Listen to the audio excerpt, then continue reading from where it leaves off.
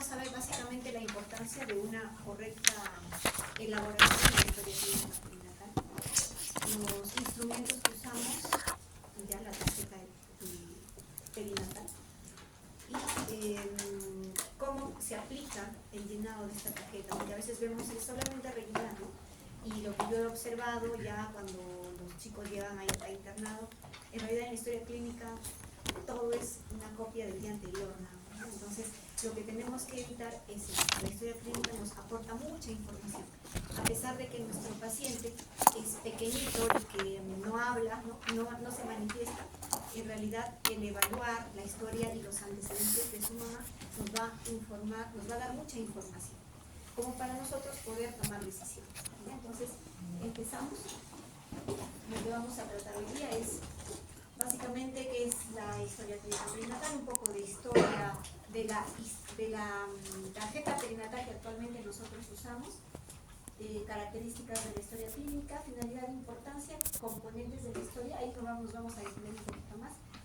Llenado correcto, eso en realidad es rápido, y factores de riesgo, que eso sí los tienen que conocer bastante bien, y algunos ejemplos de formatos, de modelos de historia clínica, ¿no? Entonces empezamos con recordando que la etapa perinatal es muy importante, ¿ya? Es un periodo tan, como dice acá, no tan crítico del desarrollo humano, con un significado equiparable solo al periodo que rodea la concepción.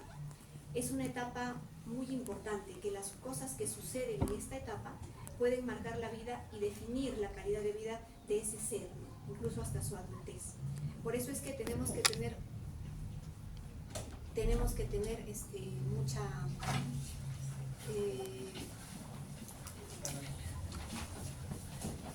ya listo, ahora sí cierro mucha responsabilidad a la hora de elaborar una historia clínica. Para ver un poco la importancia les puse unos casos, ya tuvieron la oportunidad de leerlos, ¿verdad? Ya, entonces en el primer caso tenemos a una paciente, ¿no? Así es como normalmente a nosotros nos comunican. Están ustedes en su turno y le dicen, llegó una gestante, se llama Julia, es de 28 años y está hospitalizada en Aro por presentar gestación doble de 30 semanas, ¿no? Llega con una presión de 149,98. La gestante tiene cefalea, tiene tinnitus, dolor epigástrico, y también te reportan, ¿no?, el ponderado fetal de ambos fetos, el feto A1200, el feto B1900. La paciente recibió una dosis de corticoide, ¿no? Se hace el reporte para conocimiento del caso. ¿Sí? Tú estás de turno, de repente van a culminar la gestación, ¿no? Entonces, acá tú te preguntas, ¿no?, ¿qué factores de riesgo tienen esos bebés, ¿no? Porque ahora, ¿ya llevaron obstetricia, ginecobstetricia? ¿Todavía están llevando? Van a llevar el próximo, ya, bueno. Entonces, en este curso de Pediatría 1 nos vamos a centrar en la parte neonatal, ¿ya? Sin embargo, como ven acá, es la historia de la mamá, ¿no? ¿Por qué? Porque hasta esta parte existe el binomio madre-niño. Lo que le pasa a la mamá repercute en el bebé, ¿no? Entonces, te presenta una paciente así. Y uno tiene que identificar los factores de riesgo. ¿Dónde van a estar descritos? En la historia clínica perinatal. ¿Tienen la lista? ¿Ya? ¿Ya la llenaron? Ya, entonces empezamos así al azar, ¿ya? Identifiquen 5 factores de riesgo que tiene esta paciente, los manifestados nada más, de los que hay en cuenta. ¿Quién se anima? La doble gestación. Ya, el ser una doble gestación es un factor de riesgo, ¿verdad? Cierto, claro. Otro, a ver. A ver por acá. Presión arterial, ¿no? La presión arterial está elevada.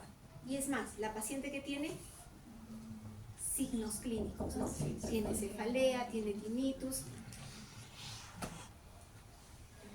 Tiene cefalea, tiene tinnitus y dolor epigástrico, ¿no? Hasta ahí, buenas tardes. ¿En qué estaríamos pensando?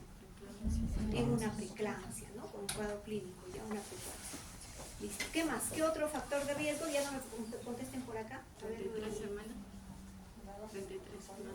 Ya, la prematuridad de esa gestación, ¿verdad? Porque es diferente que me digan 37 a que me digan 33 semanas, ¿sí? Ya van 3, ¿no? Otro, a ver quién se anima, otro factor de riesgo. Los pesos de los bebés, exacto. Para empezar, ambos van a ser bajo peso al nacer, pero uno de ellos es bajo peso, el otro es muy bajo peso, ¿no? El 1200 es muy bajo peso, ¿no? Ya está, muy bien. El hecho de que el producto sea de bajo peso también le incrementa el riesgo de morbilidad y mortalidad, ¿no? Ya. Otro factor de riesgo. Ya, ¿cómo así? Dice una dosis, ¿no? Y muy probablemente sea en el momento que te están avisando. Acabas de recibir una dosis. Y esa dosis que se la acaban de poner, ¿será útil para estimular la producción, la síntesis de surfactante? No, ¿verdad? Tiene que pasar un tiempo todavía. Y lo ideal sería que complete la maduración, ¿no? Con las dos dosis, ¿no? Entonces, el hecho de que solo tenga una dosis, de que sean prematuros, de que son gemelos discordantes, ¿no? Porque hay más de 20% de diferencia entre el peso de los dos. Es un factor de riesgo, ¿no? Habría que preguntar si son hipocoriónicos, ¿no? De repente no, por eso es que ha habido una transfusión fetal de repente, ¿no? Entonces, aquí en el caso que nos dan ya tenemos varios factores de riesgo, ¿no? Y ahí pasamos a la siguiente pregunta.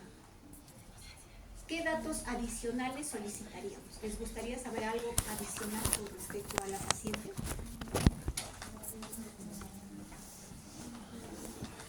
¿Ya? ¿Qué otros factores de riesgo de repente, no? Cuando uno va a recibir a un paciente, a un bebé, tiene que hacer 4 preguntas. Ya lo van a ver cuando tengan atención inmediata de la vacunación. Pero una de las preguntas es, aparte, una de ellas es la edad gestacional, que ahí nos dice. La otra es el líquido amniótico. La última es el manejo del cordón, que se decide al momento en conversación con el ginecólogo. Pero una de las preguntas es ¿qué otro factor de riesgo tiene la paciente, ¿no? Y ahí podemos preguntar, ¿está perdiendo líquido? ¿Cómo están las membranas? ¿Están íntegras o no? Podemos preguntar, ¿la paciente tiene alguna infección? ¿Tiene fiebre? ¿Tiene anemia? ¿No? Entonces, todo aquello adicional que ustedes quieran preguntar, ¿no? ¿Embarazo anterior fue gemelar? No. ¿El embarazo anterior nació prematuro? No. ¿El producto anterior, el hijo anterior, se hospitalizó o no? ¿Por qué se hospitalizó? ¿Tuvo infección el anterior? Entonces, todo eso que está incluido en los antecedentes maternos de la historia clínica son importantes, ¿ya? ¿Para qué? Para evaluar la gestación actual. ¿Cómo se prepararían para la recepción de los neonatos? Si simplemente entrarían a sala de partos o sala de operaciones donde van a hacer la cesárea de repente de esta señora y no supieran nada, ¿sabrían cómo prepararse? No, ¿verdad? Ni siquiera sabrían cuántas personas deben estar, ¿no? El hecho de que te diga que es un embarazo gemelar, ya te dicen necesito 2 equipos, son prematuros, entonces tienen factor de riesgo. 2 equipos capacitados en RCP, ¿no? Personal capacitado y equipo biomédico, ¿no? Que tengan no solamente el material necesario para calentar, secar, estimular, posicionar y aspirar al bebé, sino que también de repente vamos a necesitar llegar a BPP, ¿no? Necesitaremos una bolsa autoinflable o de repente vamos a necesitar llegar hasta, no sé, de repente intubación, uno más pequeño, no sabemos, ¿no? Entonces, todo esto, el conocer la historia clínica materno-perinatal nos ayuda a anticiparnos para poder hacer una adecuada atención de nuestro paciente neonato. Ya, a eso quería llegar, ¿sí? Entonces vemos el siguiente caso. En el siguiente caso, por ejemplo, tenemos un neonato. Ahí está la foto, ¿no? ¿Cómo lo ven? ¿Lo ven prematuro? No, está gordito, está grandecito. Ya, entonces es un neonato a término, 39 semanas tiene, que nace por cesárea, te dicen, ¿no?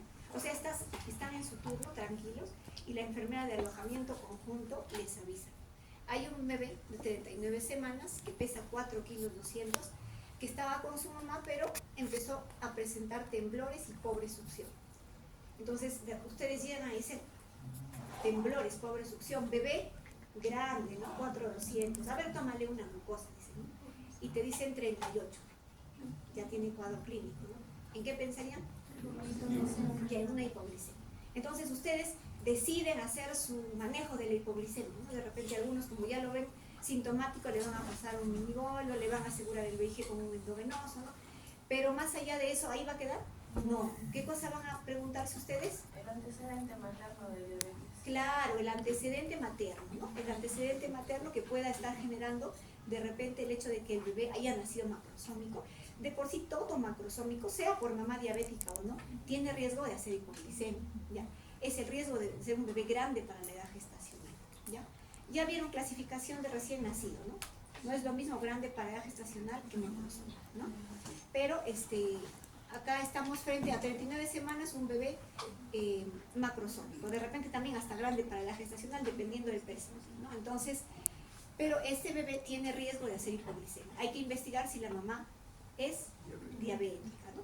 Hay mamás que no son diabéticas, pero tienen bebés grandes. Ese bebé grande, ese bebé de más de 4 kilos también tiene riesgo de hacer hipoglicemia, ¿no? O sea, trastornos metabólicos, ¿ya? ¿Qué más? A ver, ¿qué otra cosa les gustaría saber? ¿Preguntarían alguna otra cosa adicional? De repente, ya está bien, la mamá no es diabética. ¿Será su primer bebé? La mamá conocerá de técnicas de lactancia, sabrá reconocer los signos tempranos de hambre del bebé, o de repente está esperando que llore, ¿no? El bebé, para que para que ella pueda ponerlo al pecho, ¿no? Entonces, el hecho de la edad materna, si es primigesta, todo influye en lo que nosotros vamos al momento de la evaluación que le vamos a hacer a nuestro paciente. Entonces, aquí, ¿qué factores de riesgo tendríamos? Ya, el peso, ¿no? Básicamente el peso y de repente todo lo anterior que hemos mencionado, ¿no? De repente su mamá sí es diabética, ¿no? Ya, entonces, otro caso que tenemos acá es este tercero, ya luego iniciamos la clase. Tenemos a una multigesta de 36 años con embarazo de 38 semanas por fecha de última regla, que ingresa por emergencia en trabajo de parto fase activa, ¿no? Y le dicen, ¿no? Tiene una frecuencia cardíaca de 103 por minuto, 23 de respiratoria, 38 de temperatura, presión arterial de 115,75, con pérdida de líquido escaso con mal olor y 3 controles prenatales. Ya, identifiquen los factores de riesgo. Ahora sí ya tienen la hoja, ¿no? ¿Ya todos se anotaron? Ya listo. Ya, identifiquen los factores de riesgo. ¿Ya? Ya, 36 años. Es mamá, es gestante, sí. Ya. ¿Qué más? Controles prenatales, ¿no? 3 controles prenatales finalizando la gestación. Son insuficientes, ¿verdad? ¿Qué otro factor de riesgo?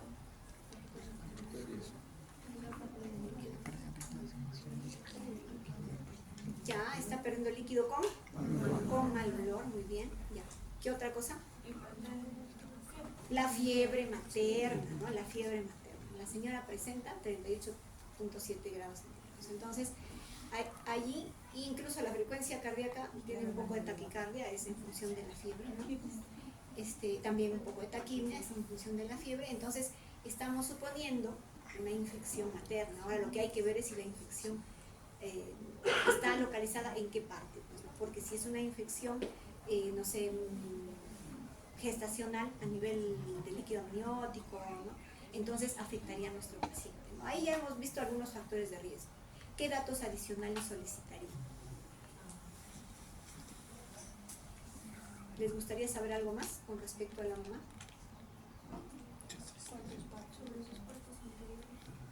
Ya, y aparte de ver los embarazos anteriores, ya podría ser, ¿no? O sea, siempre cuando ingrese se puede preguntar el estado o si se le ha practicado algún examen adicional que nos indique dónde está focalizada la infección, ¿no? También nos serviría saber si de los hijos anteriores se hospitalizaron o no, y si se hospitalizaron con infección o no. Si fue con infección, neumonía, por ejemplo, ¿no? El bebé anterior, imagínense que le diga, sí, mi hijo anterior nació y se hospitalizó con neumonía y le aislaron el germen o no, ¿no? Ahora, en algunos países se hace el tamiz para estreptococo del grupo B, ¿no? En la Galactaria, todas las gestantes. A esta señora sería interesante preguntarle, ¿y se hizo o no se hizo? Acá no se le hace a todas, pero sí al menos a las que han tenido antecedente de haber tenido infección anterior, su bebé anterior, ¿no? Sería lo óptimo, pues no sería óptimo.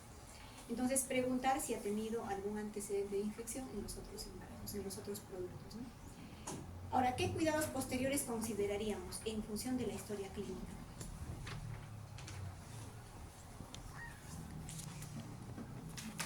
imagínense que el paciente nace por vía vaginal, nace.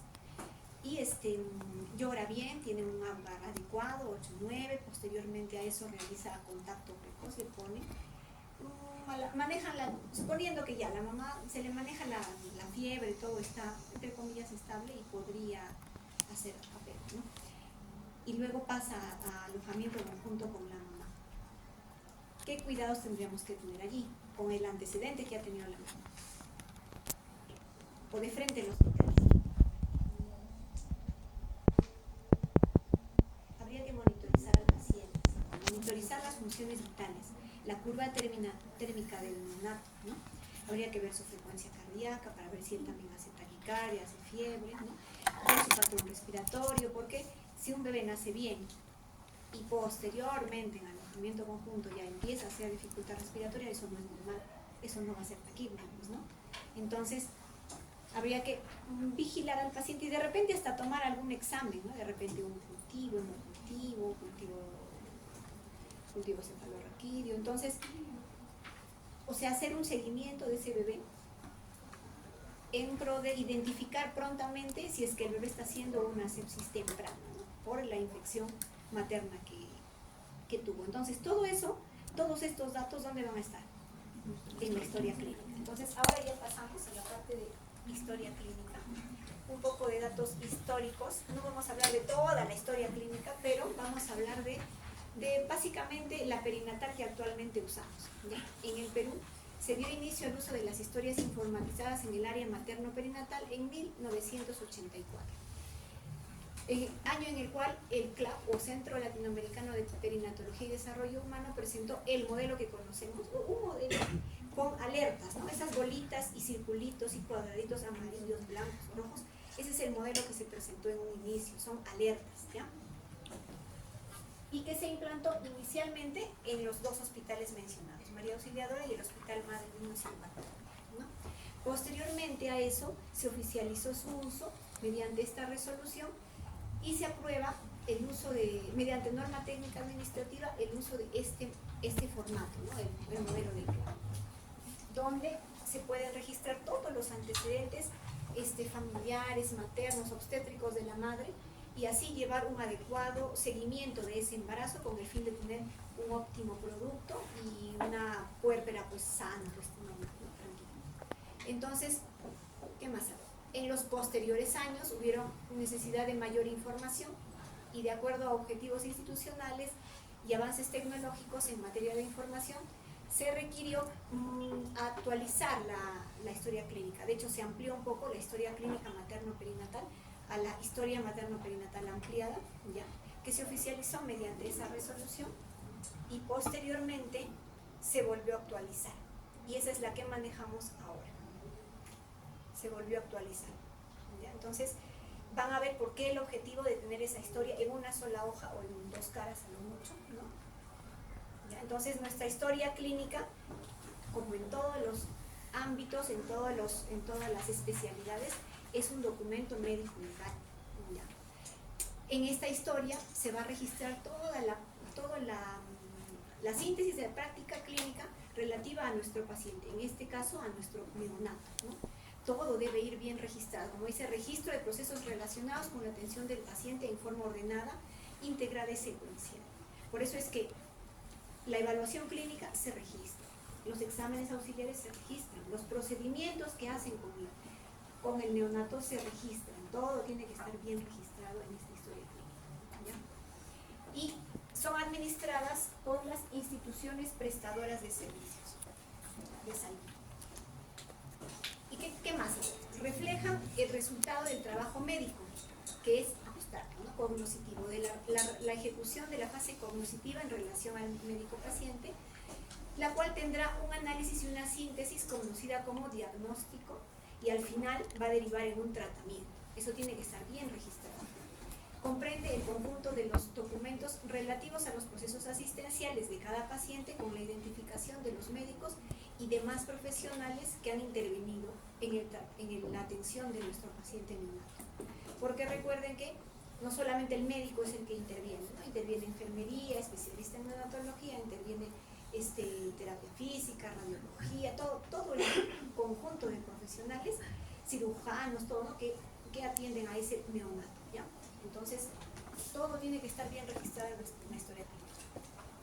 Es un documento de registro y control de información perinatal y garantiza el control de la evolución del embarazo a través de un sistema de alertas visuales y permite al personal de salud reconocer oportunamente factores de riesgo de cada paciente para realizar diagnóstico temprano, ya, con el objetivo ¿de qué? De que si se presenta alguna complicación, se pueda atender de manera oportuna, se pueda abordar de manera oportuna y así tener un buen resultado, tanto como la madre como con el recién nacido, que es lo que nos interesa ahora, ¿no? El recién nacido. Cuando veamos obstetricia, todo va a ser la mamá. En cambio ahora todo es el recién nacido, pero en función de la mamá, ¿no? De los dos.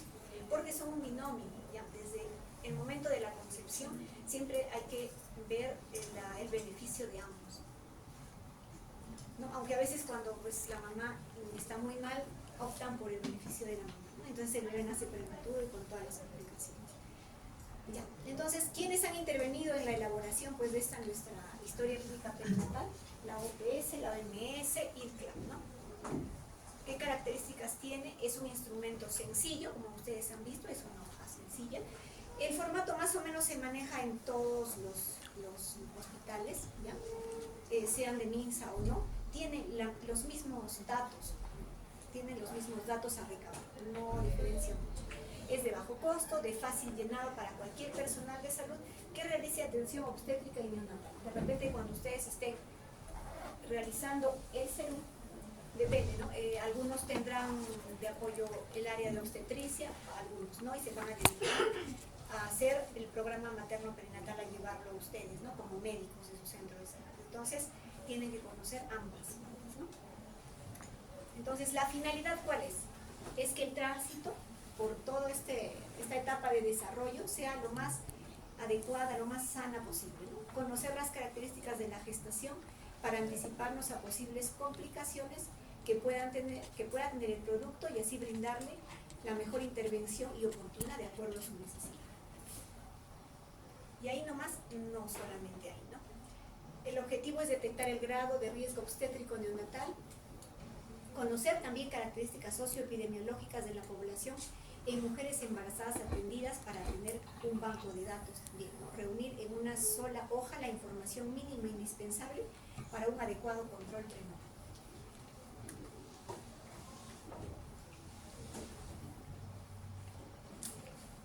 Y la importancia es, bueno, evitar esto, ¿no? O sea, tratar en lo posible de que se pueda evitar complicaciones a futuro para el neonato, ¿no? Por ejemplo, neonato a término con tubo endotraqueal conectado al ventilador, ¿no? De repente sepsis, de repente síndrome de aspiración meconial, no lo sé, ¿no? Pero de repente algo prevenible, ¿no? ¿Ya?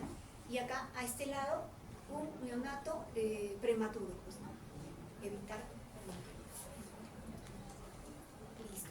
Entonces, dentro de la importancia no solamente está la aplicación individual con respecto a esa gestante y a ese bebé, sino que también permite normatizar y unificar la recolección de datos para facilitar la comunicación entre establecimientos también, entre diferentes niveles, ¿no? La mamá va a llevar esa cartilla perinatal desde su centro de salud, desde su puesto de salud hasta su centro de salud de referencia y de repente hasta el hospital materno-infantil a donde va a ser referido. Entonces, por todos los establecimientos que pase tienen que manejar ese carnet perinatal con información verídica y información bien detallada, pues, ¿no? Ya que más, a ver, nos permite formar bancos de datos perinatales, procesar datos localmente, implantar el sistema de vigilancia perinatal con objetivo de ¿qué? De identificar a la población atendida, evaluar la atención otorgada, ¿no? Porque el hecho de tener esto y conocer el desenlace de los partos y todo, entonces nos permite tener también información y evaluar la atención que se está brindando a esa gestante con ese paciente, ¿no? Con ese bebé. Categorizar problemas, realizar investigaciones, porque de hecho ya vamos a tener una base de datos, constituir bancos regionales de datos y comparar resultados, con el fin de mejorar la salud perinatal al final, ¿no? Entonces, ¿cuáles son los componentes de la historia perinatal? Aquí ya viene lo práctico. En la historia perinatal vamos a identificar a la mamá, identificar al papá y al recién nacido. Entonces, se tiene que tener los datos de los tres, ¿no? Antecedentes maternos, ¿ya? Sobre todo obstétricos, antecedentes prenatales, antecedentes neonatales y, ¿por qué no?, antecedentes familiares, ¿no? A veces dejamos un poquito al papá, ¿no? Y de repente en la historia familiar del papá hay algo importante, ¿no? De repente alguna enfermedad hereditaria, congénita, algún error innato del metabolismo en la familia del padre. Todo aquello que pudiera tener alguna implicancia en este embarazo lo tenemos que registrar, ¿ya? ¿Qué más? Evolución del embarazo actual, atención del parto y atención del recién nacido. Todos esos datos están en nuestra historia clínica. ¿Cómo la llenamos? Este es un modelo de MINSA, ¿ya? Como les digo, no difiere mucho en cuanto a los datos. De repente al modelo, al diseño, puede estar un poco diferente con respecto a salud y a otros establecimientos, pero en general son los mismos datos que se tienen que rellenar, ¿ya? Entonces, dentro de los datos están, como acá mencionamos, ¿no? Apellidos paterno y materno, como está en el DNI, como está siempre en el DNI, para evitarse problemas. Preguntar a la mamá o pedir a la mamá el DNI del papá, porque no siempre a veces acude con ella a las consultas, ¿no?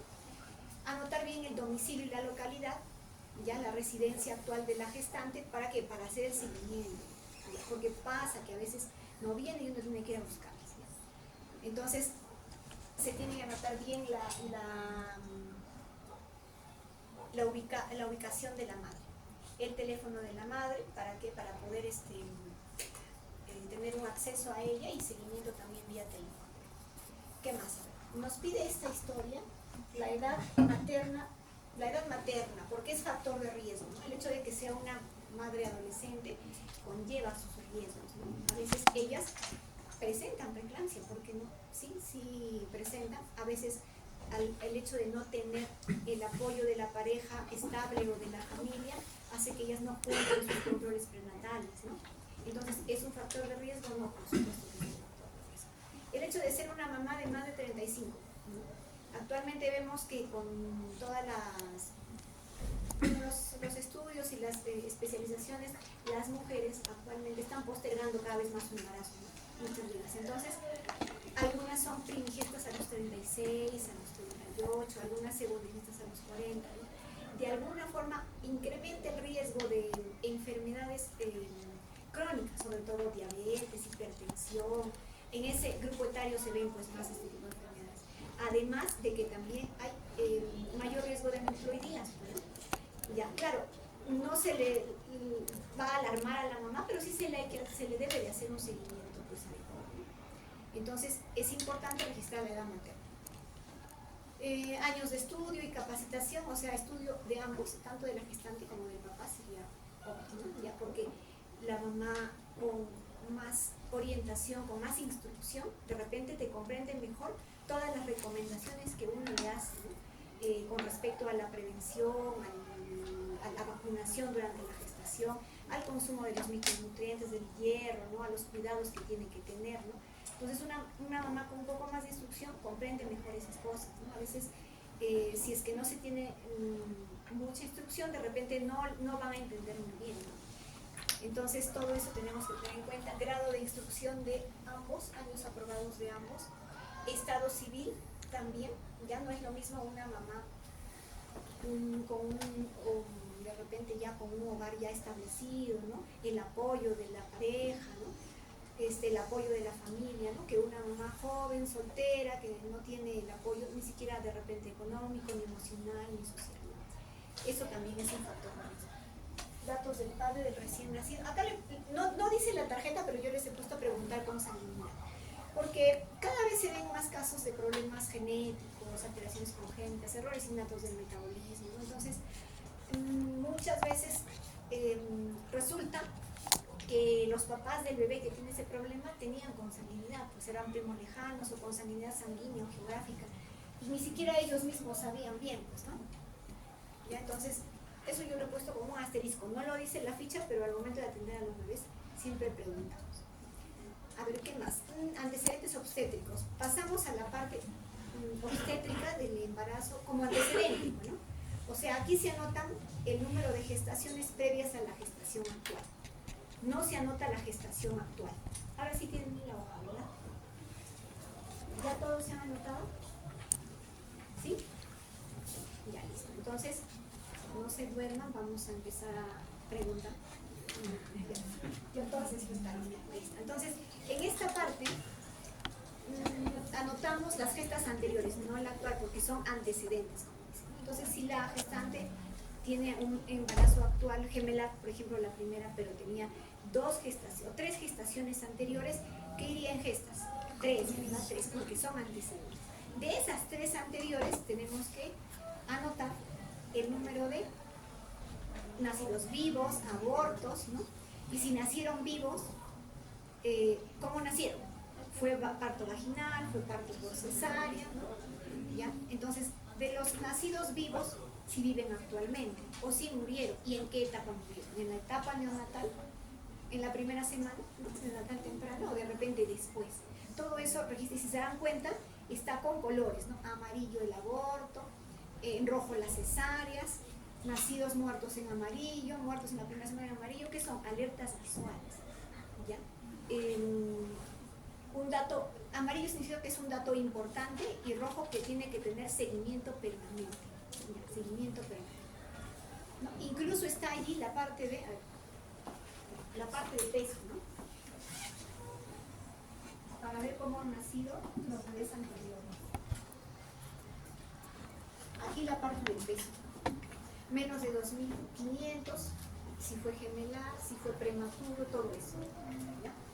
¿Por qué? Porque hay más riesgo. O sea, si una mamá tiene bebés pequeños para edad gestacional en sus 2 embarazos anteriores, el acto de repente también van a ser pequeños para la gestacional, ¿no? O bajo peso de repente. Y, por ejemplo, hay más riesgo de que nazca un prematuro si esa gestante tuvo un prematuro anterior. Entonces, por eso es que se registran todos estos datos. ¿Qué más tenemos que saber? Anotar la fecha del último embarazo y la forma en la que terminó. Y considerar eventualidades si es que el embarazo tuvo eventualidades, ¿no? Por ejemplo, el embarazo anterior fue a término, muy bien, y nació con peso adecuado, 3 kilos 500 ya.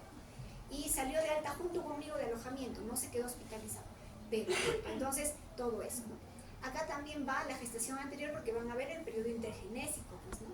Acá anotan esto los ginecólogos para ver el periodo intergenésico, sobre todo si es que la mamá es cesariana, ¿no? Para ver el tipo de, la forma del parto de este embarazo.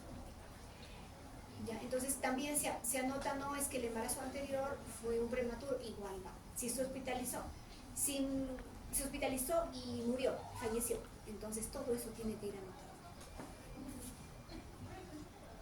Y pasamos a los antecedentes personales maternos, en los cuales ponen unos pocos, pero en realidad pueden haber muchísimos, muchos antecedentes.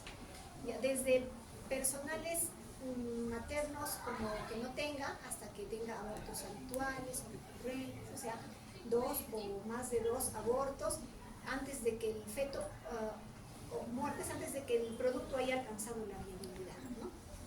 El uso de alcohol o otras drogas, ¿no? Que puedan generar algún problema en la gestación actual.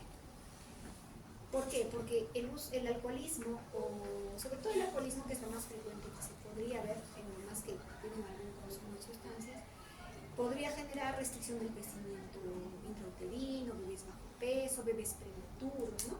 Con todo lo que ese riesgo conlleva de la prematuridad. Adicionalmente a eso tienen pues problemas de conducta posterior, tienen malformaciones, ¿no? El bebé con hijo de mamá alcohólica podría tener el síndrome alcohólico fetal, ¿no? Que está caracterizado por ¿qué? ¿Alguna vez han visto? Es un bebito que es como un alcohólico que tiene síndrome de abstinencia. Ya, si es que es muy agudo, podría tener irritabilidad, algún problema de irritabilidad sobre todo, pero a nivel de formación del rostro, el bebé también puede tener microcefalia, puede tener micrognatia, puede tener implantación límite de orejas, como que no también, pero usualmente tiene el puente nasal un poco ancho, tiene la fisura nasolabial aplanada, el borde del labio superior es delgado, y la boquita es como un triángulo, como un carpa, entonces son algunas características, ¿no? Y a la larga también puede tener problemas del desarrollo psicomotor, del desarrollo neurológico, ¿sí? Si es que el consumo ha sido continuo, ¿no? No está determinado exactamente cuántos mililitros por día, nada, pero sí podría suceder. Entonces eso se nota, así como el consumo de otras drogas, así como el consumo de algunos medicamentos, ¿no? Sobre todo antiepilépticos, fenitoína, todo esto. ¿Ya? ¿Qué más? A ver, que la mamá de repente tenga alergia a un medicamento para el embarazo actual, que tenga alguna otra patología, tipo asma, que la mamá haya sido bajo peso al nacer, ¿no? Que podría de repente aumentar también el riesgo de que el bebé pueda ser bajo peso al nacer, ¿no? Que la mamá sea cardiópata y que tenga una cardiopatía que sea pues con repercusión hemodinámica, ¿no? Porque recuerden que cuando una mujer va a tener un bebé maneja una volemia mayor, ¿no? Que la que manejaba. Ese corazón tiene que proveer de irrigación sanguínea, tiene una demanda de gasto cardíaco mayor. Entonces, las mamás cardiópatas se pueden descompensar con un embarazo, ¿no? De hecho, alguna vez hemos tenido un nacimiento prematuro porque la paciente tenía una insuficiencia mitral, una insuficiencia cardíaca, que ya estaba con ortornia, tenía disnea, ¿no? En ICES estaba. Entonces, luego de la evaluación tuvieron que culminar la gestación, ¿no? Nació un bebé prematuro. Cirugías previas, ¿no? Pélvicas o uterinas, ¿no? Sobre todo las cesáreas anteriores, ¿no? O las cirugías obstétricas, ¿no? El que la mamá tenga diabetes, ya hemos dicho por qué motivo, ¿no? Un bebé grande que de repente por el tamaño no va a poder, o va a requerir un parto especial, un parto por cesárea, no lo sé. Al nacimiento de repente va a requerir monitoreo de glucosa por trastorno metabólico, ¿no? Ya. Enfermedades congénitas de la madre, infecciosas, ¿ya? Por ejemplo, que la mamá durante el embarazo o antes del embarazo haya tenido algún problema infeccioso de tipo, no sé, hepatitis, HIV, tuberculosis, como decía, ¿no? Que podría repercutir en el embarazo actual, ¿no? Obviamente no los resfríos, no las diarreas, esas cosas, ¿no? Sino enfermedades importantes, hepatitis, sífilis, HIV, ¿ya? Epilepsia, como habíamos mencionado, hemorragias, posparto, hipertensión, ¿no? Infertilidad. Esto de la hoja de coca lo ponen allí, esta figura, pero en realidad todavía no hay estudios que nos muestren así como con qué cantidad, con qué frecuencia de consumo nos podría generar de repente alguna alteración, ¿ya? Tratamiento por infertilidad de repente, ¿no? Eso sí, muy importante. Y neoplasias, sobre todo neoplasias ginecológicas, o todo tipo de neoplasias, si está recibiendo también algún antineoplásico, ¿no? El hecho de que haya tenido preeclampsia en el embarazo anterior, el que haya tenido bebés prematuros, ya, hay problemas de placenta, el que consuma tabaco, y entre otros, muchos otros, como por ejemplo el que sea hipertiroidea, que tenga lupus eritematoso, que tenga alguna enfermedad autoinmune, sistémica, que pueda generar alteraciones en la formación del bebé, o en el crecimiento también, porque la mayoría de los problemas que le da, retardo de crecimiento o restricción de crecimiento intrauterino, pequeño para la gestacional, bajo peso al nacer, prematuridad, eso es lo más frecuente. Luego, dentro de antecedentes obstétricos está la parte de fecha de última regla. En la fecha de última regla tenemos que tener en cuenta que se tiene que tratar de obtener la fecha más certera posible. La mayoría de las gestantes la conocen. Es el primer día del último periodo menstrual. Pero muchas madres, de repente las más jóvenes, ¿no? Adolescentes, no la conocen con exactitud. Si es que no se tiene una fecha de última regla, un poco difícil estimar la fecha de probable parto, ¿no? Incluso la edad gestacional del bebé al momento de la evaluación. Entonces, ¿qué podemos usar? La ecografía de primer trimestre. La ecografía de primer trimestre también, mediante medidas antropométricas, longitudinal y otras, podría darnos una aproximación a la edad, gestacional de ese paciente, ¿no? Adicionalmente a eso tienen muchas otras utilidades de ecografía del primer trimestre, ¿no? Para poder nosotros identificar la fecha de probable parto y además identificar la edad gestacional de nuestro paciente. Claro que si no lo tenemos al momento del nacimiento, ya pues vamos a hacer la evaluación física con el test de Capurro, ¿no? Que dice nuestra norma técnica, o evaluar si es que fuera prematuro, ¿no? Entonces, pero tenemos que anticiparnos a la edad gestacional, ¿no? Por eso es que tenemos que conocer bien la fecha de bebé. Lo otro es peso y talla de la madre para vigilar el crecimiento y aumento del peso del producto, ¿no? De preferencia tomados 3 meses previos a la gestación, o sea, que la madre conozca su peso 3 meses previos a la gestación. La mayoría conoce. Luego, talla en centímetros, vacunas, hay una parte que dice vacunas, que podría recibir la gestante siendo gestante. O sea, en esta etapa puede recibir vacunas con virus muertos, pues, ¿no? O, antígenos muertos, virus muertos. Podría recibir difteria, tétano, pertusis acelular, ya acelular, no la que recibe el niño, ya, la acelular. Influenza podría recibir, entonces todo eso podemos registrarlo allí. ¿Por qué? Porque esto nos da a conocer un poco sobre la información, sobre la protección que va a tener el bebé, el neonato, hasta que inicie su propio esquema de vacunación. Recuerden que él empieza a recibir estas vacunas en el segundo mes, ¿no? Entonces, todavía no ha hecho anticuerpos. La mamá le va a pasar inmunoglobulinas que le van a servir hasta sus 2 meses de vida. Si es que estuviera en contacto con alguna de esas enfermedades que de presentarse en neonatos o en lactantes pequeños podrían ser mortales, ¿no? Podrían ser mortales. Ya. ¿Qué más? A ver, anotamos todas las hospitalizaciones que haya tenido esa mamá durante el embarazo. Ahí sí, durante el embarazo actual. De repente ha tenido hospitalización por sangrado, ¿no? A descartar del bebé, no sé, o placenta previa, ¿no? Todo eso tenemos que anotarlo para tenerlo en cuenta al momento del parto. O por infecciones de repente, ¿no? Amenaza de parto prematuro, tratada con terapia antibiótica porque no fue, ¿no? Todo eso.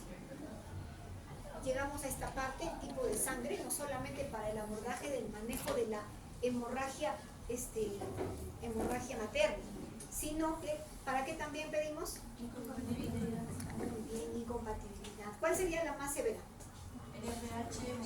El RH. Por eso es que de entrada nomás ya se tiene que conocer el RH de la madre, ¿no? ¿Para qué? Para ponerle la inmunoglobulina anti-D, ¿no? ¿Para qué? Para que no haga anticuerpos contra el RH, ¿no? Entonces, poder evitar la sensibilización de la madre. Y adicionalmente eso, ya cuando nace el bebé de repente, el grupo sanguíneo, para poder ver la incompatibilidad de grupo sanguíneo con el bebé, ¿no? Hábitos nocivos, todos los que ya hemos mencionado, ¿no? El promedio de consumo, todo. Hemoglobina, ¿por qué? Porque la anemia nos va a incrementar el riesgo de tener un producto pequeño para la edad, bajo peso al nacer, restricción de crecimiento intrauterino e incluso hasta prematuro, ¿no? Por anemia. ¿Ya? Entonces,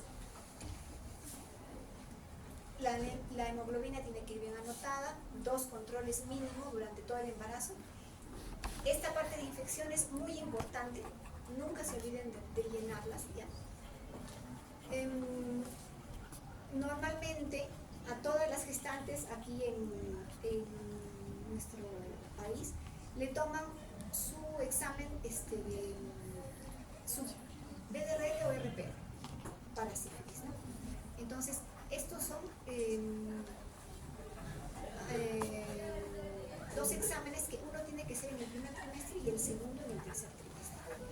Porque de salir positivo uno de ellos, o cuando de salir positivo, podría incrementar riesgo de mortinatos, podría incrementar riesgo de prematuros, incrementar riesgo de pequeños para edad gestacional, neurosífilis y todo lo que conlleva una infección por sífilis, ¿no? De hecho, la sífilis también pertenece al grupo de las enfermedades TORCH, ¿no? Incluso hasta malformaciones, alteraciones hematológicas, plaquetopenia, hepatopatía, hepatitis, ¿no? Entonces, todo eso puede generar. Por eso es que se tamiza a todas las madres, se les hace serología albetica. Y se les pregunta también al final si por A o B aparece, ¿no? en tu tarjeta perinatal tal fecha normal, la primera normal, la segunda positiva.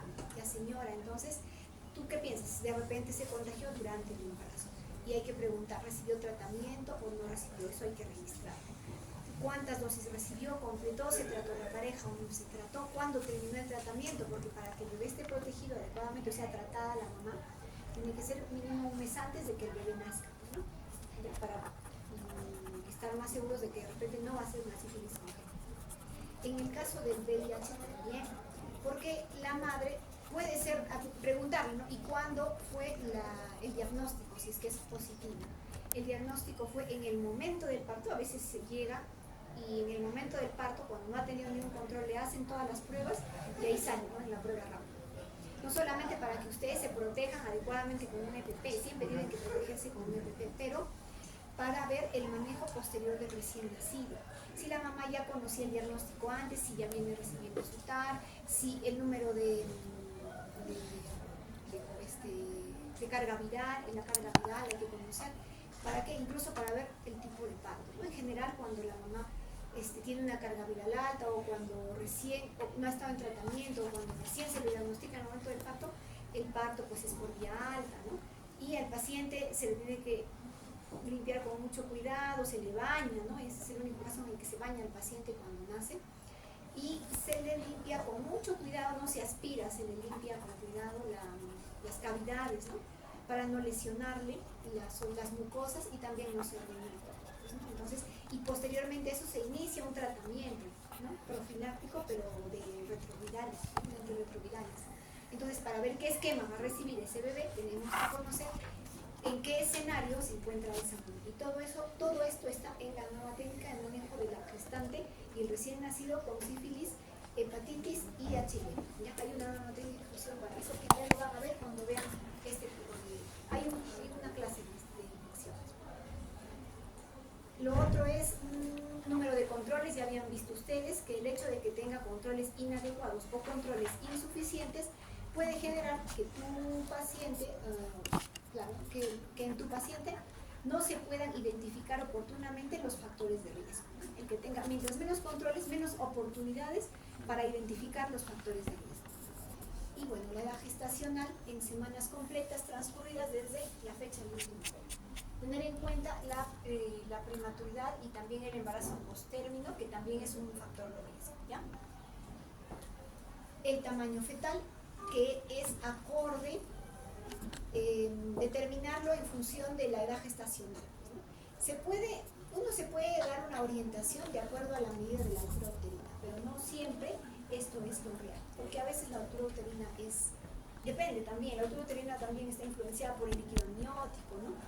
Entonces, si es que hay polidramios, de repente esa altura va a ser mayor, si es que ya hubo pérdida de líquidos de hace 3 días, esa altura va a ser menor, ¿no? Pero de todas formas se estima también, ¿no? Hay muchas formas de estimar el tamaño fetal.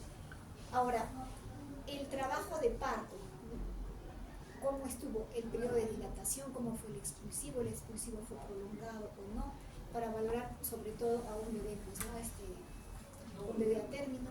Las membranas, cómo estuvieron al momento de que esa gestante entra a sala de parto, estuvieron íntegras o no, se rompieron en sala de parto, se rompieron mucho antes, cuántas horas antes se rompieron las membranas, ¿no? Por ejemplo, como factor de riesgo para sepsis, ¿qué sería? ¿Cuántas horas? Más de 18, ¿no? Más de 18 horas, como factor de riesgo para sepsis. ¿Cómo está ese líquido amniótico también, ¿no? Ya.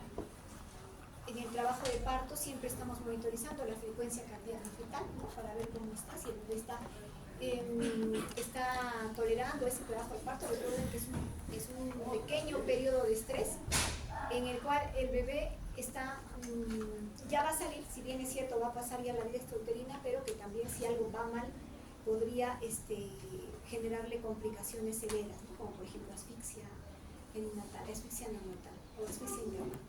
Medicaciones del parto que recibió la mamá, algunas mamás recibieron cuando les dan dextrosa, por ejemplo, el bebé luego puede hacer hipoglicemia, ¿no? Algunas reciben magnesio, ¿no? Ya, la placenta, ¿cómo salió la placenta? Salió completa, salió incompleta. Si hubo desprendimiento de placenta, ¿qué porcentaje de desprendimiento? ¿Ya? Porque no es lo mismo un 10% a un 70%. Si hubo un 70%, ese bebé va a nacer chocado, ¿no? y de repente va a necesitar hasta transfusión, va a tener anemia, ¿no? Entonces, las características de la placenta, friable, a veces te dicen no está friable, se desprende, los tejidos también tienen mal olor, entonces, corio, ¿no? Coriamnionitis. Para todo eso, siempre comunicación con el equipo de ginecobstetricia. Entonces luego llegamos a la parte del bebé, ya nace el bebé, identificamos, inicia su vida extrauterina. ¿Y con qué iniciamos? Con la fecha y hora del nacimiento, siempre con la hora. La hora va a ser indispensable para calcular todo, desde el volumen de hidratación, desde, ¿cómo es? En el caso de hiperbilirubinemia, en función de las horas de edad gestacional, se puede ver si el bebé, qué tan grave es esa hiperbilirubinemia. No es lo mismo 6 miligramos de bilirrubina sérica indirecta en un neonato de 32 semanas en sus primeras 5 horas que en un bebé de 40 semanas en su cuarto día. No es lo mismo. Entonces, para eso, fecha y hora de nacimiento, ¿ya? Para calcular volúmenes, todo, para eso se usa. Luego, ¿qué más? A ver, apellido paterno y materno, bueno, eso sí ya lo hemos comentado. Número de historia clínica, que es la del DNI, que es la que va a llevar en su certificado de nacido vivo, ¿no? En el CNV. Y luego pasamos a la antropometría. Está registrado el sexo. Ni bien nace el bebé, la persona que recibe y que se encarga de la atención exclusiva del neonato le dice el sexo a la mamá y al familiar que está acompañando, si es que está acompañando a alguien, ¿no? Que usualmente es el papá. Le dice el sexo, ¿por qué? Porque si es que no lo habla fuerte en todo el ambiente, ha pasado que en las ecografías les han dicho es mujer y traen todo el agua rosado y nace un varón, ¿no? Y luego la mamá puede pensar que de repente hubo un error por ahí, ese de repente no es mi bebé, ¿no? Entonces siempre ni bien nace hay que mostrarle el sexo a la mamá y decirle, está naciendo su bebé y es de este sexo, y se anota el sexo inmediatamente, ¿ya? Se anota luego del apego, cuando todo ha ido bien, se hace la antropometría y anotamos el peso y clasificamos el peso, ¿no? En peso adecuado, peso al nacer, o bajo peso al nacer, como acá, o muy bajo peso al nacer, o extremo bajo peso al nacer, todo eso, ¿ya? Luego anotamos también la talla del paciente, ¿ya? Normalmente la talla oscila alrededor de los 50 centímetros en un medio término. El perímetro cefálico también anotamos, ¿ya? Y anotamos la temperatura del paciente y, como ven ustedes acá, la edad gestacional, ¿no? La edad gestacional, que ya es calculada ya no por lo que nos dijo la ecografía ni por la fecha de última regla, ahí ya la calcularon ustedes con Capula, ¿no? Con el método de Capula, ¿ya? Entonces ahí anotan la edad gestacional y se marca si es que es prematuro, en amarillo está ahí, menor de 37 semanas. ¿Qué más? Sexo, peso, talla, edad gestacional. Ahí he encerrado en rojo la parte que dice peso y edad gestacional en función, o peso en función de la edad gestacional. Ahí es otra clasificación, de acuerdo a los percentiles, de acuerdo al sexo y a los percentiles, ¿no? Percentil menos de 10, más de 10, de 10 a 50, de 50 a 90 y más de 90, para determinar si es que ese bebé es adecuado para la edad gestacional, pequeño para la edad gestacional o grande para la edad gestacional. Eso ya es con percentiles, ¿ya? Posteriormente a eso registramos, bueno, esto es el capurro que está en la nueva norma técnica del 2024, que está también para descargar, ya con el VALAP. Con esto también evaluamos la edad gestacional. Eso se puede usar a partir de las 24 horas o dentro de las 24 horas, sobre todo para ver la madurez neurológica, neuromuscular del prematuro, ¿no? Cuando nace un bebé a término, todos saben que es a término, ¿no? Los pliegues en sus plantares, el botón mamario, la incurvación de la oreja, ¿qué más? A ver, la textura de la piel. Todo el mundo puede decir este bebé es a término, pero en un prematuro determinar qué edad gestacional serán 26 o 28, serán 30 o 32, nos ayuda mucho, ¿vale? ¿Por qué? Porque nos permite evaluar no solamente características físicas, como es el primer cuadro, ¿no? Sino también características neuromusculares, o sea, de madurez neurológica del bebé, ¿no? Entonces es un poco más exacto para evaluar, sobre todo al prematuro, ¿no? Luego tenemos el agua. El Apgar, como está encerrado ahí en rojo, muy importante porque dependiendo de esto el Apgar evalúa pues la forma en la que el bebé hizo su transición de la vida intrauterina a la extrauterina, ¿no? La vitalidad que tuvo al momento de hacer ese cambio, ¿ya? Entonces, tenemos que anotar, de acuerdo a esta puntuación, ya el Apgar también lo van a ver en la parte de evaluación física, examen físico, pero un pequeño adelanto, ya tiene estos 5 aspectos, ya. Mientras mayor el valor, la puntuación, es mejor para el bebé, ya. Por ejemplo, un bebé que tuvo buena frecuencia cardíaca, o sea, nació con buena frecuencia cardíaca, con llanto enérgico, significa que respiraba bien, con buen tono, o sea, tono muscular adecuado, o sea, encuadre y flexión de miembros superiores e inferiores, ¿ya? Y de repente un poco de cianosis distal, ¿no? Un poco, ¿no? Ya de repente un punto por allí, y con buena respuesta a estímulos tendrá un Apgar de 9. Entonces, el Apgar es muy importante evaluarlo en todo neonato, se evalúa todo neonato que ha sido atendido por personal de salud, ¿ya? Cuando el bebé nace en parto domiciliario, por ejemplo, ahí no hay personal de salud, nadie te va a decir el Apgar. Solamente, ¿qué nos quedaría? Preguntar, señora, ¿y lloró al momento de nacer? ¿O nació así un poco suelto, un poco flácido? No, sí lloró y estaba así que movía y que empujaba, listo, muy bien. Entonces, te das la idea, pero ya no puedes hacer un Apgar, ¿no? El Apgar es del primer y quinto minuto. Cuando el Apgar es muy bajo al quinto minuto, se puede hacer un Apgar al 10º minuto. Yo veo que a veces de centros de salud vienen un Apgar al 10º minuto, al 15º, al minuto 15, pero en realidad el Apgar que nos aporta bastante es primer y quinto minuto. Primer y quinto minuto, ¿ya? Y como dice allí, ¿no? De 5 a 6, perdón, de 4 a 6 sería un Apgar, de 4 a 6 sería considerado una depresión neonatal, ¿no? Una depresión neonatal de repente moderada, y un Apgar menor ya una depresión severa, incluso hasta una probable asfixia, ¿no? Si es que cumple todos una asfixia. Ya, ¿qué más también? Acá ven esta parte de acá, ¿qué dice? Si recibió o no recibió algún procedimiento de reanimación, o sea, si el bebé requirió oxígeno, si requirió aspiración de secreciones, si requirió ventilación a presión positiva o uso de algún otro medicamentos, por ejemplo, ¿no? No sé, cristaloides o intubación. Todo eso tiene que ir registrado en la historia. Si bien acá solo son cuadraditos, todo eso al momento de hacer la historia clínica hay una zona para anotar, todo eso tiene que estar registrado, ¿ya? Eso es datos ya propios del nacimiento, ¿ya? Ahí está, de otras intervenciones: aspiración de secreciones, BTP, RCP, profilaxis, todo lo que se hizo con el bebé. Profilaxis, las profilaxis que se dan contra la oftania del la oftania del neonato y la hemorragia neonatal, ¿no? Contra la enfermedad hemorrágica neonatal.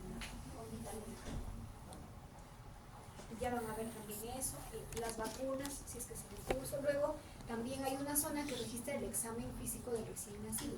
Recuerden que cuando nace tiene un primer examen físico, ¿ya?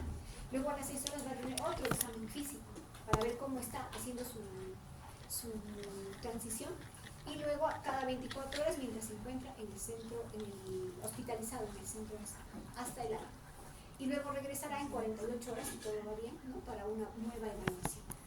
En el examen físico del recién nacido, ya van a describir todo lo anormal que pueda tener. Por ejemplo, en el estado general, si está ventilando espontáneamente o requiere oxígeno, de repente tiene estrés respiratorio, ¿no? Ya. En piel va a venir la coloración, normalmente es rosada, es tibia, es elástica, pero a veces no, a veces está cianótico, a veces está pletórico, tiene una hemoglobina bastante alta y puede estar rojo el bebé, oscurito, y ¿qué más? A ver, puede tener llenado capilar lento, puede estar reticulado porque está frío, ¿no? Entonces todo eso se anota en piel. Lesiones de la piel van a ver cuando vean el examen físico del neonato. En la piel puede haber de todo, desde hemangiomas, manchas salmón, pueden haber estas dermatocitosis cutáneas, las manchas mongólicas, lunares, petequias, eritema tóxico, acné neonatal, inclusiones sebáceas, todo eso pueden encontrar.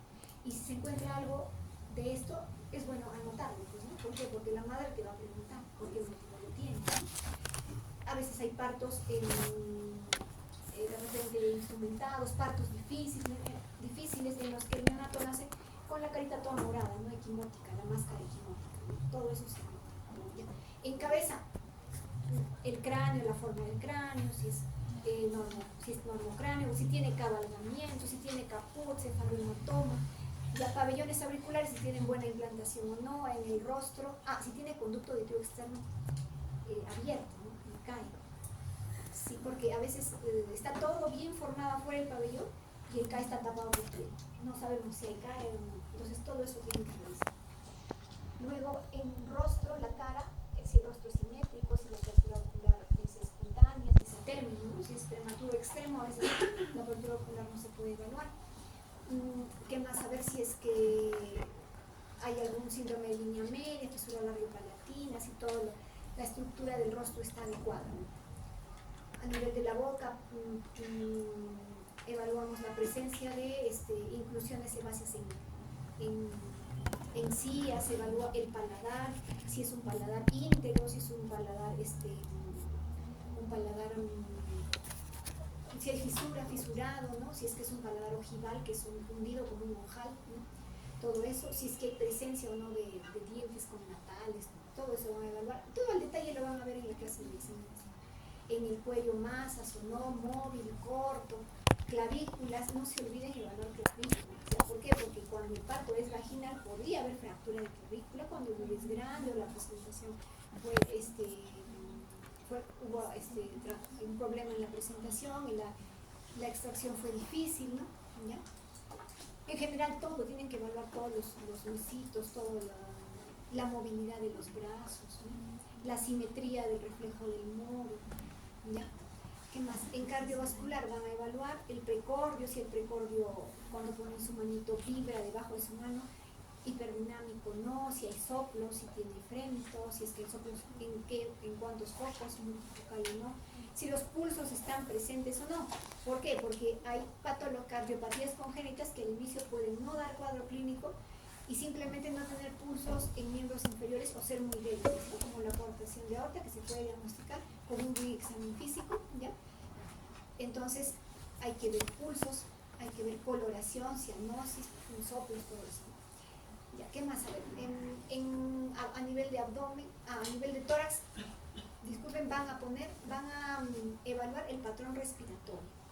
No solamente si es que es simétrico o no el tórax, ¿no? Eso lo pueden ver inmediatamente, pero tienen que ver el patrón respiratorio. El bebé tiene una respiración, normalmente es abdominal, es una respiración nasal, ¿ya? Pero no tendría por qué tener retracción subcostal, tampoco tiraje intercostal. Eso ya corresponde a dificultad respiratoria. ¿Y eso se evalúa con qué escala? Silverman-Anderson, muy bien. Entonces, el Silverman debería de ser 0 en un bebé, ¿no? ¿Por qué? Porque no debería tener tirajes, aleteo nasal, no debería tener quejido, ni con el estetoscopio ni audible así simplemente, no debería haber disociación toracoabdominal, ¿no? Entonces, todo eso se pone si es que presentara el paciente. En abdomen, el abdomen normalmente es globuloso, ¿no? ¿Por qué? Porque pues tiene los músculos, no tiene mucho tono, ¿no? No tiene mucho tono los rectos, entonces el abdomen es globuloso, pero lo que hay que anotar aparte de eso es las características del moño umbilical, por ejemplo, ¿no? Ni bien nace, está lleno todavía de gelatina de Wharton, es blanquito, se le dice opalino. Conforme pasan las horas, a veces se va a ir deshidratando y se va a secar, pues, ¿no? Se va a momificar, por eso le dicen, ¿no? Entonces también, como está, si hay eritema o no, todo eso se va a evaluar, ¿ya? Ya van a ver en la presión alta cómo se corta, a cuántos centímetros, dónde se pone el plan, cómo se limpia, todo eso van a ver. A nivel de ano hay que ver que esté permeable, para empezar que tenga ano y que esté permeable, ¿ya? A nivel de genitales externos, que sean femeninos o masculinos, ¿ya? pero también que sean adecuados a la edad gestacional. El prematuro tiene ciertas características que el atérmino no las tiene, ¿no? El atérmino tiene los genitales más pigmentados. Hay que ver también si hay ambigüedades, ¿ya? Porque recuerden que hay algunos bebés, obvio son pocos, pero que pueden hacer con hiperplasia suprarrenal congénita, que pueden tener genitales ambiguos, ¿ya? Tener un clítoris tan grande que parecer simular como un pene, ¿no? pero adentro haber úteros ovarios, ¿no? Entonces, todo lo que esté, si está hiperpigmentado mucho, si es que tiene alguna alteración, se pone, ¿no? ¿Qué más? En extremidades, lo que hemos visto, que tenga un tono, ya sea el tono axial y apendicular, axial de toda la cabeza y columna y apendicular de los miembros, ¿no? El bebé a término tiene buen tono, ¿no? Mientras que el bebé prematuro es un poco más hipotónico por la misma inmadurez neuromuscular que tiene, ¿han visto, no? Entonces, cuando tú le haces la evaluación, le estiras los bracitos un par de veces, se cansa, lo sueltas, el bebé se va a quedar así, si es prematuro. En cambio, el término va a volver a su lugar, ¿no? Va a volver. Entonces, todo eso se pone el tono, que sean móviles, que sean simétricos, la evaluación de la cadera, la columna, siempre hay que verle todo, ¿ya? Porque a veces nace y no venían sin diagnóstico prenatal de mielomenincocele y de pronto nace y tiene mielomenincocele, ¿no? Entonces, todo hay que voltearlo para observarlo. A nivel del sistema nervioso, si está despierto, si está reactivo, si está irritable o no, los reflejos arcaicos, los reflejos osteotendinosos y el tono, pues, ¿no? Eso ya van a verlo todo en evaluación de recién nacido. Y alguna nota adicional siempre la tienen que, ¿no? Alguna cosa. Ahora vamos a hacer una revisión. Hasta aquí sería el llenado de la historia clínica. Recuerden que termina en un diagnóstico, ¿no? El llenado de la historia clínica. Y si es un bebé sano, ¿cómo sería su diagnóstico? Claro, en el CIE-10 dice niño sano, Z38.0. Pero nosotros, ¿qué pondremos? Neonato a término de 40 semanas, adecuado para la edad gestacional, ¿no? Ese sería nuestro diagnóstico si el bebé está bien. Y si fuera prematuro, pondremos neonato prematuro de 33 semanas, pequeño para la edad, o bajo peso al nacer, o adecuado para la edad, pero bajo peso al nacer. Así serían nuestros diagnósticos después de haber recibido un bebé, ¿no? Más allá, después de eso, ya van a ver cuando veamos todas las otras patologías que se le agrega al diagnóstico. De repente taquimia transitoria, o no sé, síndrome de aspiración meconial, le pueden agregar sepsis neonataria, después se ve eso, pero primero, su primer diagnóstico, que es el del neonato, ¿no? O sea, qué tipo de neonato, qué clasificación tiene, ¿ya? Entonces, ahora vamos a ver los factores de riesgo, que ya los hemos mencionado. Hay factores de riesgo maternos, hay factores de riesgo perinatales y neonatales, que incrementan la mortalidad y la morbilidad de nuestros pacientes, ¿no? Entonces, ¿cuáles son? Ya ustedes los conocen. Tenemos las cardiopatías maternas, la diabetes, la hipertensión, la anemia severa, la tuberculosis, como infecciones, ¿no? Todo tipo de infecciones, neumopatías crónicas, obesidad materna, de repente, porque podríamos tener un bebé grande también, con dificultad para nacer por vía vaginal, bebé grande, ¿ya? Podríamos tener una madre con problemas de circulación, varices, madre con toxicomanías, nefropatías, exposición a fármacos, ¿ya? Otras patologías maternas como las autoinmunes, el lupus, por ejemplo. Si bien en las enfermedades autoinmunes, cuando una mamá está bien controlada, podría tener un embarazo en la etapa en la que la patología está en remisión, o sea, no está activa, ¿no? Porque no es recomendable el embarazo en una enfermedad autoinmune activa, porque hay muchos anticuerpos. Por ejemplo, en el lupus, cuando la enfermedad está activa, podrían pasar anticuerpos RILA al bebé y dañarle, provocarle inflamación e incluso provocarle daño a nivel de la conducción auriculoventricular y nacer un bebé con bloqueo auriculoventricular completo y requerir marcapaso. Entonces, siempre recomiendan que estén compensadas todas las enfermedades autoinmunes. Las madres con nefropatía, que tengan algún tipo de medicamento inmunosupresor o algún otro medicamento también, pues, ¿no? Tienen que estar bien compensadas y con su tratamiento de la mano con su especialista tratante, ¿no? trastornos convulsivos, ¿no? Para ver sobre todo qué antiepiléptico usan, ¿no? Algunos de ellos, como la fenitoína, podría generar restricción del crecimiento y algunas malformaciones y problemas neurológicos, ¿no? Anemia severa, ya eso ya lo hemos conversado, escaso crecimiento o ganancia de peso durante el embarazo, ¿no? Para eso se toma el peso de 3 meses antes, no el peso con el que está llegando, porque ahí ya ha aumentado un poco, ¿ya? Las trombocitopenias inmunitarias, ¿ya? ¿Por qué? Porque van a hacer un bebé con trombocitopenia y uno va a pensar que tiene de todo, ¿no? Infecciones, que puede tener plaquetopenia por un problema medular y al final es una trombocitopenia inmunitaria porque la mamá le pasó en el cuerpo. Todo eso se tiene que registrar. Si la mamá tiene algún problema neoplásico, se recibe quimioterapia. Si tiene problemas de salud mental, para el apoyo adecuado, ¿no? Y el cuidado del neonato, del recién nacido, ¿ya? La talla materna, bueno, es importante también, y un poco de riesgo al momento del parto cuando la madre es de talla baja, ¿ya? Sobre todo cuando es parto vaginal, hay problemas. Entonces, a veces optan en mamá con talla muy baja de hacer nacer al bebé por vía alta. Peso materno menor de 45, también factor de riesgo de repente para que sea pequeño para la gestación, ¿no? Edad materna, como hemos conversado, antecedentes de mortalidad perinatal de la mamá, antecedentes de anomalías congénitas, antecedentes de abortos, todo lo que hemos conversado, macrosomía fetal, embarazo múltiple, edad gestacional, preeclampsia, RCIU, macrosomía fetal, gran multípara más de 4, periodo intergenésico corto, menor de 2 años, o prolongado más de 4 años, incompetencia cervical, TCP, oligoamios, poligramios, ¿no? A veces uno diría, ¿y por qué el oligoamios? De repente está perdiendo. ¿Y por qué el poligramios? ¿En qué pensamos cuando nos dicen tiene poligramios? Exacto, malformaciones de la vía digestiva, ¿no? Entonces, poligramios. Ya. Y oligoamios, si es que no estuviera perdiendo problemas renales también, ¿no? Renales del paciente. Hemorragia genital, RPM. El RPM de más de 18 horas es factor de riesgo. De menos de 18 no se considera como factor de riesgo. Pero de todas formas no quitaría que estemos observando a ese paciente, ¿no? Observando sus funciones, su patrón respiratorio, cómo está su curva térmica, ¿no? Al neonato. Cirugías uterinas, antecedentes de óbitos, asociados al parto, por ejemplo, prolapso de cordón, procúbito de cordón o de partes fetales, ¿ya? Sufrimiento fetal agudo, parto prolongado, contractilidad uterina alterada, presentaciones anormales, pelvis anormal, partos instrumentados, ya van a ver el riesgo que conlleva en la instrumentación de un parto, ¿no? Que el bebé pueda tener incluso hasta hemorragias subraleales, cefalomatomas, ¿no?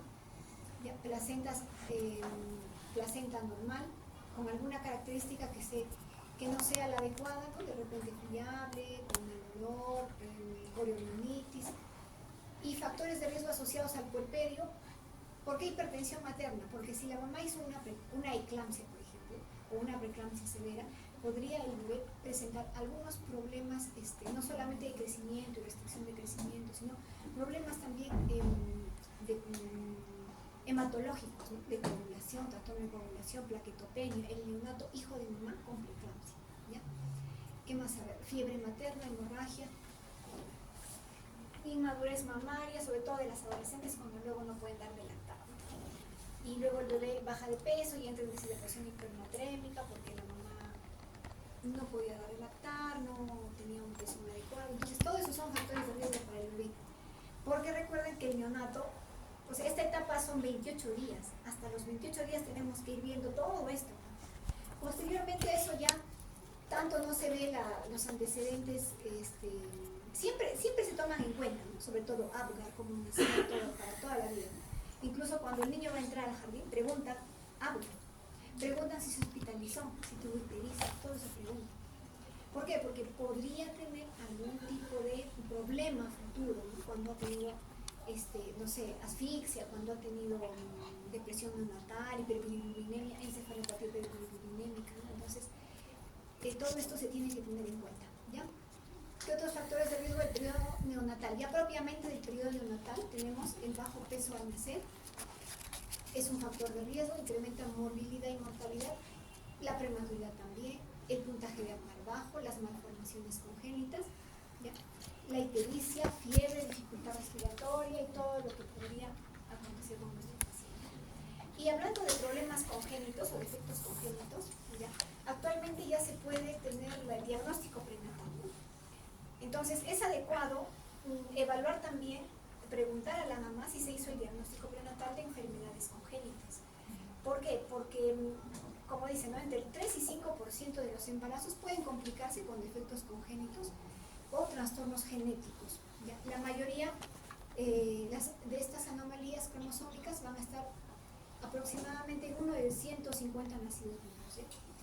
Y entonces, para que nosotros podamos darle una adecuada atención, tenemos que saber cómo van a ser ese bebé. Pero si no tiene este diagnóstico prenatal, que es una de las principales causas de muerte infantil, como dice acá, o principales causas de muerte en la niñez, no vamos a poder darle un adecuado tratamiento, ¿no? Imagínense que uno no sabe que un bebé viene cardiópata y que vaya a nacer en su centro de salud, alejado de la ciudad, ¿no? O que vaya a venir con el mielo meningocele y de repente nace por vía vaginal en su centro de salud. Entonces todo eso ya se tiene que anticipar. Por eso es que la madre tiene que tener sus controles completos y ser evaluada por el área de ginecobstetricia, pues, ¿no? Por el médico ginecobstetra. Entonces, el término diagnóstico prenatal agrupa todas aquellas acciones y diagnósticos encaminados a descubrir durante el embarazo un defecto congénito, como dice, sea una anomalía del desarrollo morfológico, estructural, funcional o molecular presente. De repente, para nuestra realidad molecular es un poco difícil, ¿no? Porque ¿quién va a tomar una muestra por ahí de líquido? ¿No? Pero sí al menos estructural y morfológico mediante una ecografía bien hecha, ¿no? Entonces, ahí se puede definir qué pacientes van a tener ya problemas congénitos, incluso desde mucho antes del parto, ¿no? Acá algunos factores de riesgo, ya para que lo lean: hijo anterior con anomalías cromosómicas, madre o portadores de alguna anomalía cromosómica, ¿no? Padecer enfermedades ligadas al cromosoma X, padecer de alguna enfermedad crónica como diabetes. Recuerden que la diabetes es un factor de riesgo también para cardiopatía congénita, ¿ya? A veces dicen, ¿y por qué tuvo, no sé, esa cardiopatía? Y la mamá pues es diabética. Tener antecedentes familiares de malformaciones, uso de medicamentos de categoría de riesgo, haber contraído ciertas infecciones, como el TORCH, por ejemplo, ¿no? Para que tenga problemas de malformaciones congénitas, como toxoplasma, citomegalovirus, herpes, rubiola, ¿no? ¿Ya? Incluso la misma sífilis, ¿ya? Y gestaciones gemelares, obesidad materna, edad materna avanzada. Justamente para poder enterarnos de esto antes de que nazca, ¿no? Y que la mami esté preparada, ¿no? Porque a veces esperan con tanta expectativa, pero luego nos vemos en estos casos. ¿Ya? Entonces, esto es lo que tenemos que tratar de evitar. Este es un bebé RCIU, ¿ya? Restricción de crecimiento intrauterino, donde se puede observar el rostro del bebé, ¿no? Los genitales un poco más maduros, pero fíjense, un tejido subcutáneo disminuido con repliegues, ¿no? Eso es la característica del RCIU. Incluso su carita, ¿no? Se le ve con repliegues, como la carita de un anciano. Y al otro lado, ese es un bebé prematuro, diferente, la piel, todo es diferente. Este es un bebé con síndrome alcohólico fetal. Sus ojitos, epicanto ancho, su implantación de orejas baja, microcefalia, micrognatia, boquita en carpa, ¿no? Acá una fractura de clavícula de un bebé macrosómico que nació por parto vaginal. Y una fractura de ping-pong de otro bebé. Ya, recuerden que estas fracturas de ping-pong no solamente son por trauma obstétrico, pueden haber fracturas congénitas por compresión del cráneo del bebé con alguna estructura ósea de la mamá dentro del útero, ¿no? Y pueden nacer así, pero también por de repente algún trauma posterior pueden presentar esto, ¿no? ¿Ya? Esto, por ejemplo, ¿no? Una gastroscopitis, tendríamos que saber que van a ser así, ¿no? Para poder preparar todo con respecto a su atención posterior, ¿no? Esta es una sirenomialia, un bebé que nació, no tenía orificio miniaturinario, tuvo dificultad respiratoria, mal pronóstico, pues, ¿no? y falleció también. La mamá no sabía que iban a hacer eso. Acá que ven en la primera placa, ¿qué les llama la atención? Las costillas están rectificadas, doctora. Ya, muy bien. ¿Qué les llama la atención? Ya se van a familiarizar con las placas radiográficas del neonato, no es como la del adulto, es más como como la tapita de una lámpara, así es, el tórax del bebé. Espera, ¿está velado esos pulmones? ¿Podría ser una patología por inmaduración pulmonar? En realidad no están velados, ¿ah? Mira, acá tiene, en las esquinas se ve el parénquima, pero ¿qué se ve redondo y grande? El corazón. Es una cardiomegalia, es una gran cardiomegalia. Es un bebé cardiópata ese bebé. Entonces, en las placas ya van a ir viendo, el timo es ancho, en el niño el timo es ancho. El adulto nosotros ya casi no tenemos el timo, está pequeñito. Entonces, en el niño, en el lactante, el timo es grande, a veces como alitas de ángel, a veces como vela de barco, estructura mamelular. Pero en este bebé lo que más nos llama la atención es el tamaño de su corazón. Pues, ¿no? Tiene una gran cardiomegalia, muy probablemente una patología congénita compleja, ¿ya? Que requiere manejo quirúrgico en un centro o instituto especializado. Pues, ¿no? Ese bebé no debe nacer pues, en provincia, ¿no? ¿Dónde tiene que nacer? En la capital, porque acá todo está centralizado en la capital. Ahí. Luego, no nos queda mucho tiempo, ya. Al costado una fisura labiopalatina, ¿no? O labio-leporino, como le llaman, ¿ya? Entonces, esos bebés que nacen también tienen que ser hospitalizados ciertos días para poder garantizar un buen aporte de leche, para poder instruir a la mamá conforme cómo le va a alimentar. De repente, hacerle su placa, su prótesis palatina, ¿no? Su evaluación por cirugía, por odontología pediátrica, ¿no? Enseñarle a la mamá técnicas de lactancia para bebé con fisura labiopalatina, que sí hay una posición. ¿Cuál es la posición para ellos? Ya lo van a ver cuando vean la lactancia materna, van a preguntar, ¿ya? Entonces, para abordar este tipo de cosas es que tenemos ya que saber cómo viene nuestro paciente. Incompatibilidades, ¿por qué? Porque desde las primeras horas puede haber una ictericia o una hiperbilirubinemia severa, ¿ya? Entonces, para poder tomar sangre del cordón, por ejemplo, una bilirrubina ya de cordón, cuando es incompatible de RH o de repente a las 6 horas de nacido. Normalmente tomamos todo a las 12 o 24 horas, pero en el caso de incompatibilidades podemos tomar a las 6. Justamente ¿para qué? Para evitar este tipo de complicaciones, ¿ya?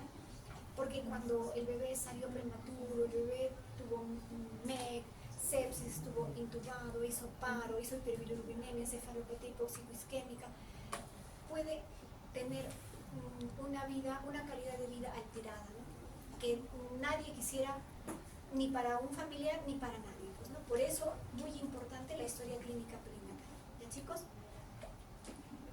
Este es un estudio antiguo, pero es el que más hospitales incluyó. Es antiguo, como decía, del 2011 se incluyeron 22 hospitales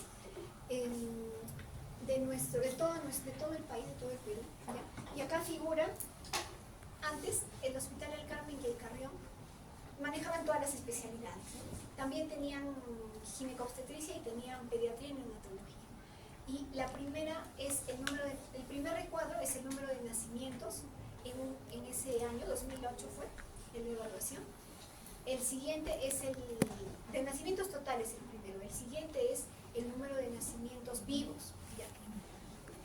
Y el tercero ya es mortalidad fetal tardía, y en los siguientes dos es el 17.28 y el 16.40, esa es mortalidad neonatal temprana. Y al final el 30.88 y el 27.18 del final es mortalidad perinatal global en estos otros hospitales.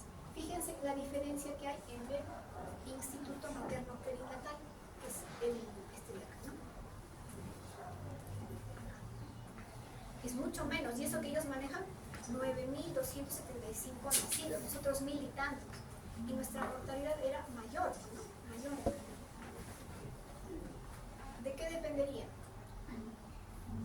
Bueno, el otro es un instituto, ¿no? Entonces está enfocado en el manejo del paciente neonato y de la gestante. Actualmente nuestros hospitales han mejorado mucho, bastante, ya no se tiene ese grado de mortalidad, pero igual hay mucho por mejorar, sobre todo en cuanto a la recolección de datos de factores de riesgo. En este estudio se hizo la recolección de datos de factores de riesgo y se encontró que los que tenían mayor representatividad, los que tenían mayor riesgo relativo para el paciente, eran los relacionados al mismo paciente acá, ¿no? Al recién nacido, como por ejemplo el Apgar, ¿no? El Apgar bajo tenía un intervalo de confianza de 32 hasta 420 y un riesgo relativo de 106, bastante alto. Después la edad gestacional, el prematuro tiene un riesgo relativo de 22.89. La prematuridad es un factor muy importante de mortalidad, ¿no? Mientras que los otros están presentes, el antecedente de muerte fetal, el número de paridad más de 5, ¿no? Pero no es muy alto, 2.07. Y estudios como estos en los hospitales de acá en Huancayo faltan. He visto que dos de sus colegas hace unos 5 años han hecho un estudio parecido en un solo hospital para optar título de médico cirujano. Y acá falta, porque se podría hacer uno de estos estudios, de repente solo en el Carmen o solo en los factores de riesgo asociados a la mortalidad en este año, en este hospital. Y se revisan pues los archivos de nacimientos. Acá algunos ejemplos de historias clínicas de otros hospitales